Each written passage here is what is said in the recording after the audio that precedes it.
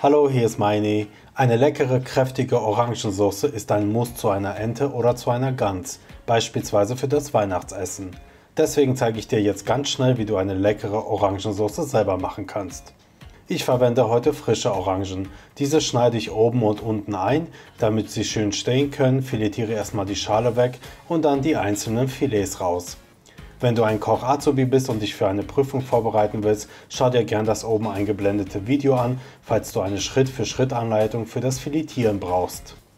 Das mache ich übrigens nur mit einer Orange, die restlichen schneide ich einfach nur in der Hälfte durch und presse den Saft raus. Alle Mengenangaben findest du wie immer unten in der Videobeschreibung. Die Zesten und den Saft einer Bio-Zitrone gebe ich ebenfalls da rein.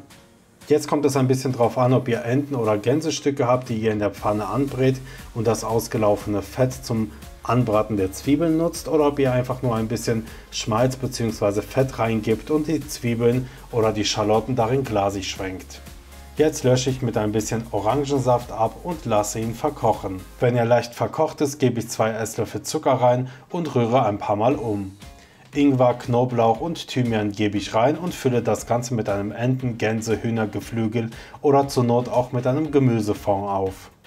Die restliche Menge an Orangensaft kommt jetzt da auch rein und ich lasse die Flüssigkeit stark einkochen, damit die Kräuter und Gewürze Geschmack abgeben und die Soße um etwa die Hälfte eingekocht wird, damit mehr Geschmack auf weniger Flüssigkeit entsteht. Die Soße wird jetzt durch ein Haarsieb passiert und wieder in den Topf gegeben. Denk bitte dran, dass du meinen Kanal abonnieren kannst, falls du kein weiteres Rezept mehr verpassen willst. Um die Soße jetzt richtig edel zu machen, gebe ich 1 Esslöffel Geflügel-Jus, also eine Bratensoße rein. Das Rezept davon blende ich euch oben und unten in den Kommentaren ein, aber das ist keine Pflicht. Butter gebe ich auch noch rein, um den natürlichen Geschmack zu intensivieren. Es gibt Rezepte, wo man die Orangensauce extrem einreduziert und sie dann mit kalter Butter abbindet. Aber für die Weihnachtszeit möchte ich dir dieses tolle Rezept zeigen, weil du am Ende einfach mehr Orangensauce zur Verfügung hast.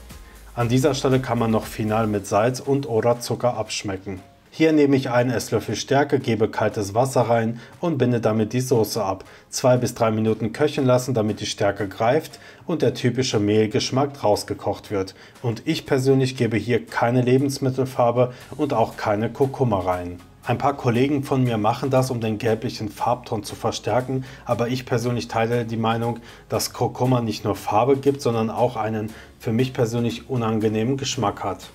Weitere weihnachtliche Rezepte findest du hier in dieser Playlist. Bleib gesund, abonniere mich, bis bald.